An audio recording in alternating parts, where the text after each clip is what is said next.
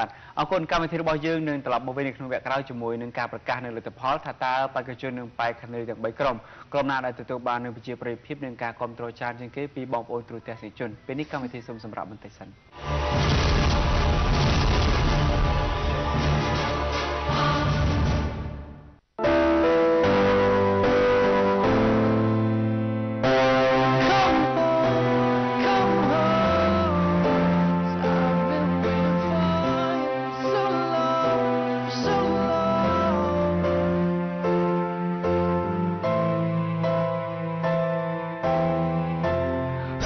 ជើញមកទស្សនានៅផ្ទះគំរូបរិយពេញហួតថ្ងៃនេះបានបុរីពេញហួតធ្វើឲ្យជីវិតកាន់តែមានន័យស្អែកនេះជាថ្ងៃគូកំណត់ហើយតើកូនចង់បានអ្វីដែរកូនចង់ទៅកាន់ទីកន្លែងធំទូលាយបើអញ្ចឹងសាកសុំពរពីមនុស្សជនរាប់អូនទៅ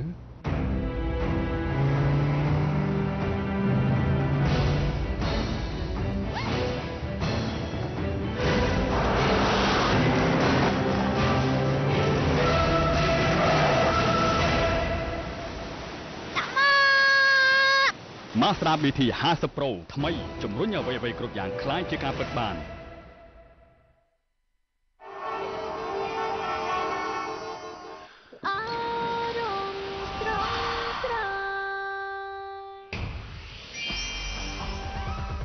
អារម្មណ៍យើងស្រស់ស្រាយញ៉ាំ Sun Food IT សប្បាយគ្រប់វេលាទូចិត្តទូឆ្ងាយ Sun Food IT បើកម្លាំងកាយញ៉ាំមួយថ្ងៃមួយដបធ្វើឲ្យយើងមានសុខភាពល្អ Sun Food IT ជំរឿល្អសម្បូរវីតាមីនរសជាតិឆ្ងាញ់ Sun Food IT តែត្រជាក់សម្បូរវីតាមីនរសជាតិឆ្ងាញ់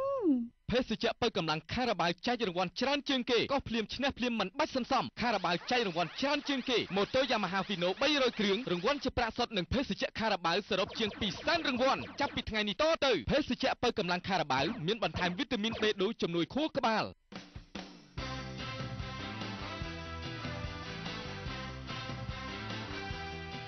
ញាក់ពីព្រលឹមធ្វើលំហាត់ប្រាណដើម្បីសុខភាពជាមួយភេសជ្ជៈអូឡាតេដែលជាភេសជ្ជៈមានទឹកផ្លែឈើលាយទឹកដោះគោរាល់ពេលសម្រាប់ពីការនឿយហត់ខ្ញុំតែងតែញ៉ាំអូឡាតេសម្បូរវីតាមីនច្រើននិងកាល់ស្យូមខ្ពស់ការពារឆ្អឹងនិងធ្មេញបានល្អបំផុតក្រៅពីអត្ថប្រយោជន៍ដល់រាងកាយញ៉ាំអូឡាតេធ្វើឲ្យអារម្មណ៍របស់នាងខ្ញុំកាន់តែស្រស់ស្រាយអូឡាតេពិសេសជាងគេទឹកផ្លែឈើលាយទឹកដោះគោទឹកផ្លែឈើអូឡាតេមួយកំប៉ុងស្មើទឹកដោះគោស្រស់មួយកែវអូឡាតេក្រែមមុខវ៉ាសេលីនមែន SPF 15 ថ្មីជ្រាបចូលយ៉ាងជ្រៅទៅបំពន់ស្បែកមុខធ្វើឲ្យស្បែកមុខមានសំណើមកាត់បន្ថយស្នាមដុតខ្មៅនិងការពារស្បែកមុខពីកម្ដៅថ្ងៃធ្វើឲ្យស្បែកមុខសស្រស់ថ្លាក្រែមមុខវ៉ាសេលីនមែនថ្មីធ្វើឲ្យស្បែកមុខសស្រស់ថ្លាក្នុងរយៈពេល2សប្តាហ៍សួស្តីឆ្នាំថ្មី Goat នាំសំណាងជ័យជោគរិទ្ធាសុខដុមរមនាដល់ខ្មែរគ្រប់រូប Goat គុណភាពមាសថែមជូន2កញ្ចប់នៅក្នុងរាល់កេសមី Goatសួស្តីឆ្នាំថ្មី Goat នាំសំណាងជ័យជោគរិទ្ធាសុខដុមរមនាដល់ខ្មែរគ្រប់រូប Goat គុណភាពមាសថែមជូន2កញ្ចប់នៅក្នុងរាល់កេសមី Goat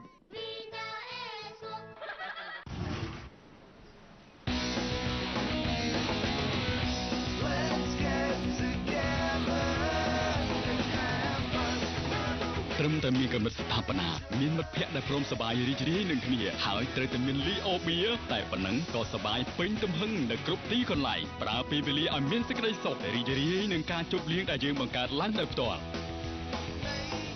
លីអូបៀត្រូវមាត់ត្រូវចិនគួរឲ្យខ្នាញ់តុនភ្លឺរលោងBaby My Sweetie Pink Plus ផ្សំជាមួយ Shea Butter ធ្វើឲ្យទន់ភ្លឺរលោងពេញរាងកាយ Baby My Sweetie Pink Plus ថ្មីពី Baby My ស្អែកនេះជាថ្ងៃគូកំណត់ហើយតើកូនចង់បានអ្វីដែរកូនចង់ទៅកាន់ទីកន្លែងធំទូលាយបើអញ្ចឹងសាកសុំពរពីមនុស្សជនរាប់អូនទៅ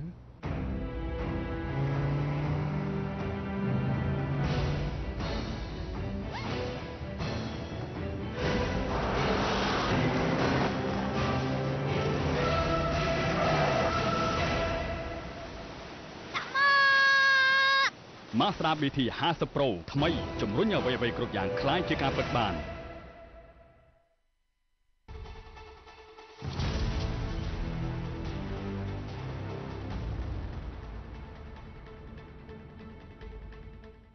សកុំនឹងជួបគ្នាជាបន្តនៅក្នុងកម្មវិធីពិសេសនៅក្នុងសប្តាហ៍ទី5ដែលជាសប្តាហ៍បង្ហាញជូននៅកិច្ចសម្ភាររួមជាមួយនឹងអនុស្សាវរីយ៍ដ៏ល្អនៅក្នុងបេសកកម្ម002កម្មវិធីរបស់យើងខ្ញុំក៏សូមថ្លែងអំណរគុណដល់ម្ចាស់ឧបត្ថម្ភនៃកម្មវិធីឧបត្ថម្ភកម្មវិធីធំដោយស្រាបៀរកម្ពុជាស្រាបៀរជាតិមោទនភាពជាតិបុរីពេញហួតធ្វើឲ្យជីវិតលោកអ្នកកាន់តែមានន័យមកស្ដាប់ BT 50 Pro ថ្មីជំរុញអ្វីៗคล้ายជាការពិតបានសហការឧបត្ថម្ភដោយ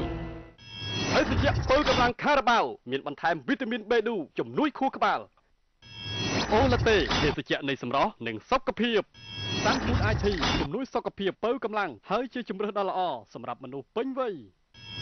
Helista មានបម្រើជូនសេវាកម្មហោះហើរសម្រាប់បម្រើឲ្យវិស័យទេសចរងាយស្រួលស្លៀកគឺមានតែខោត្រណប់ប្រុសទាន់សម័យ KLC ក្រោយពីយើងបានតាមដានទស្សនានឹងវិលត្រឡប់ទៅកាន់អតីតកាលរយៈពេល4សប្តាហ៍នៅតែដកជាប់ព្រោះខ្ញុំគិតថានៅក្នុងស្ទូឌីយោនេះគឺអ្នកទាំងអស់គ្នាមិនបានត្រឡប់ទៅមើលវីដេអូបានទាំងអស់ទេប៉ុន្តែនិយាយដូចចាំចឹងដោយសារតែវាជាអនុស្សាវរីយ៍ដ៏ល្អទើបយើងចាំនិយាយបានគ្រប់តាំងពីសប្តាហ៍ទី1ដល់សប្តាហ៍ទី4សូមទៅកាន់នៅសុភាវិញក្រោយពីបានតាមដានទស្សនាត្រឡប់ទៅកាន់អនុស្សាវរីយ៍រយៈពេល4សប្តាហ៍ចឹងនឹកឃើញអីខ្លះហើយមានអ្វីខ្លះចង់និយាយទៅកាន់បងប្អូនរបស់យើងទី1នឹងខ្ញុំសូមអរគុណដល់បងប្អូនដែលជួយនឹងខ្ញុំតាំងពីភ្នំពេញ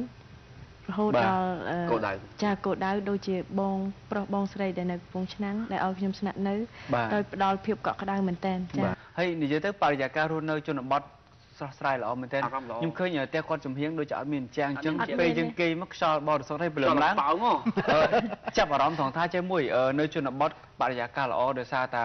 នៅប្រមុខផ្ទះគាត់ហ្នឹងគឺផ្លូវស្អាតដល់ផ្ទះគាត់គឺគាត់សម្អាតបានស្អាតមែនតើ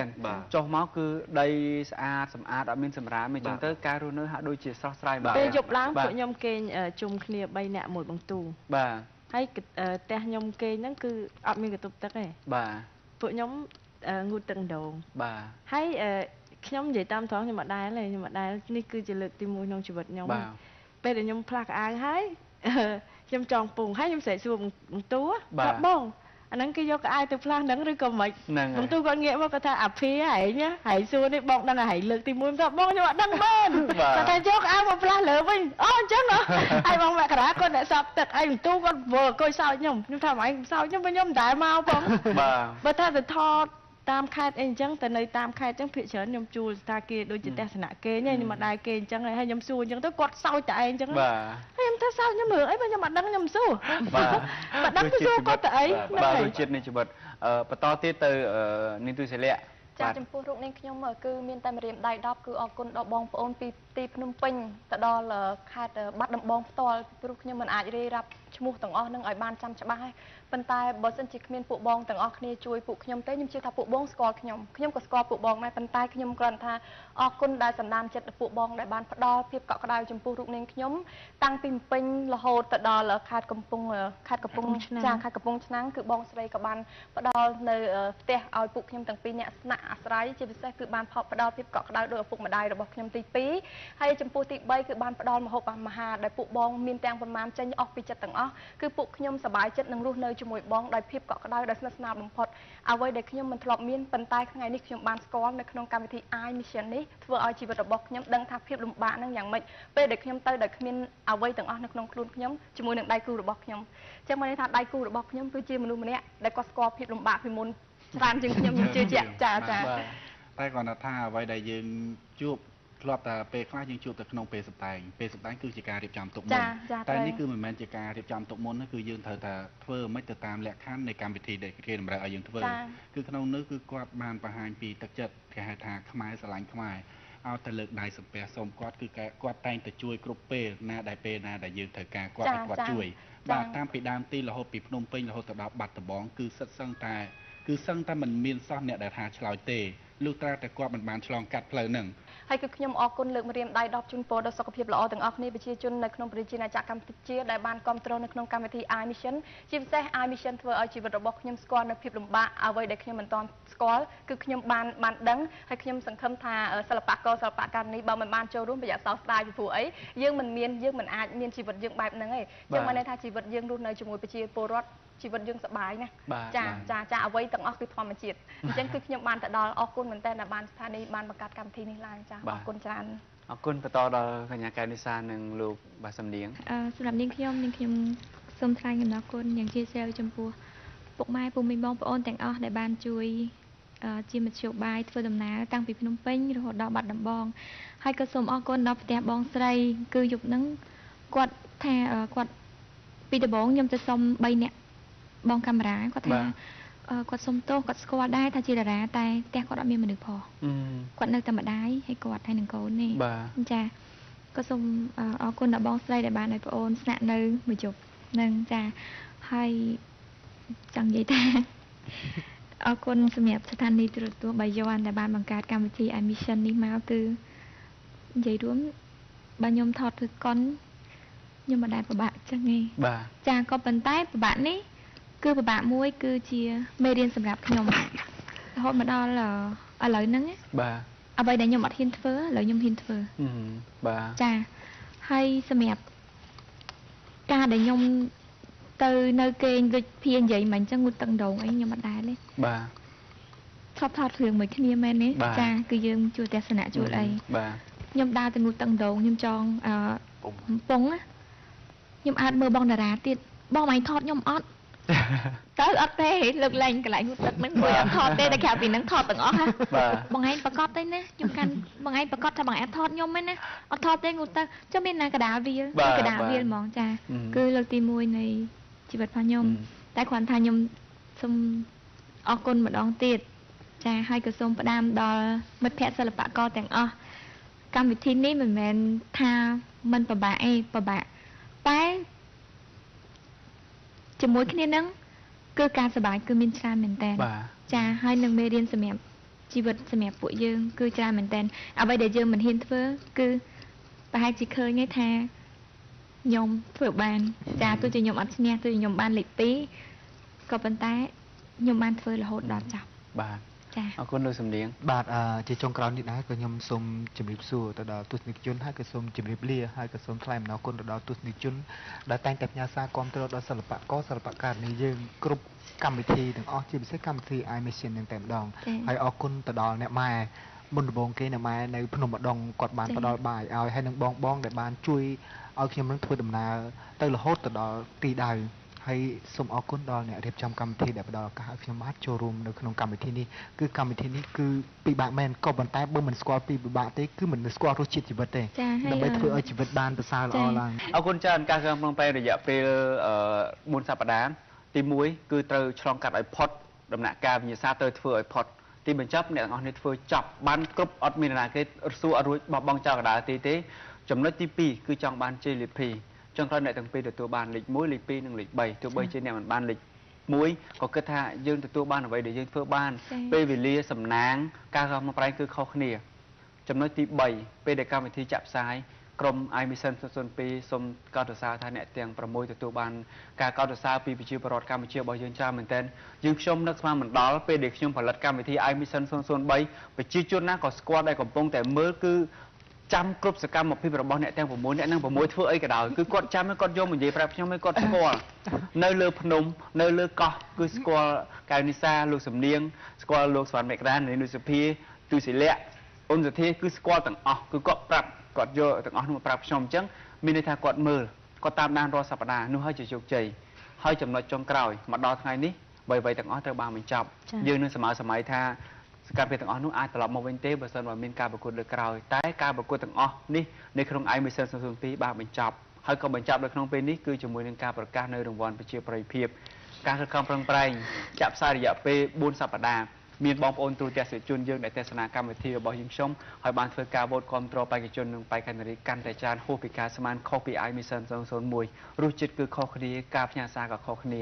ហើយក្រោយពីការចាក់ផ្សាយហើយតើប្រជាជនប្រមាណពាន់អ្នកប្រមាណ10000អ្នកដែលគ្រប់គ្រងអ្នកទាំងអស់គ្នានោះជាលទ្ធផលពេលខ្លះអ្នកទាំងអស់គ្នាថតកុនមិនដឹងទេថាតើមានអ្នកគ្រប់គ្រងប្រមាណអ្នកគេចូលចិត្តអត់តែកម្មវិធីរបស់យើងគឺមានផតតាមសម្រាប់ទាំងអស់គ្នាតាមរយៈការផ្ញើសារតើគាត់ឆ្លាញ់ជាងពិតប្រាកដអត់ចាប់ផ្ដើមពីក្រុមនាងដូចសុភានិងលោកសវណ្ណមេក្រាគឺជាក្រុមមួយដែលមានការប្រើប្រាជ្ញានៅក្នុងការធ្វើវិញ្ញាសាគឺខុសពីក្រុមអ្នកទាំងពីរការធ្វើវិញ្ញាសាមួយតែងតែគិតថាគួរធ្វើអីដើម្បីលឿនជាងបលហាជាងអាចឈ្នះមួយវិញទៀតរឹងមាំ រឿងមុំជាងពីក្រមទៀតប៉ុន្តែអ្នកទាំងពីរមិនសូវបានវោហារស័ព្ទគឺមានន័យថាប្រឹងធ្វើប៉ុន្តែជាធម្មជាតិរបស់អ្នកទាំងពីរអត់សូវលេងសើចច្រើនអត់សូវនិយាយច្រើននេះគឺជាគុណសម្បត្តិនិងគុណវិបត្តិរីឯក្រុមនាងទូសិលៈសប្តាហ៍ទី1ទី2និង3នាងទូសិលៈគឺបន្ទុកគឺនៅចាញ់គេរហូតប៉ុន្តែប្រជាជនទាំងអស់គ្នាឃើញ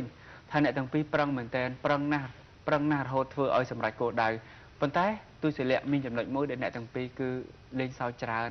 សប្បាយជាពិសេសនៅនាងទូសិលៈដែលធ្វើឲ្យប្រជាជននៅទេសនាគឺសើចចុកពោះជាមួយនឹងទូសិលៈទោះបីជាដឹងថាសិលៈហត់ប៉ុន្តែពេលសម្រាប់ពេលយប់ឡើងគឺសិលៈនាំប្រជាជនសើចនោះហើយគឺជាអ្វីដែលប្រជាជនចងចាំថាអ្នកទាំងអស់គ្នាបានធ្វើឲ្យគាត់សប្បាយ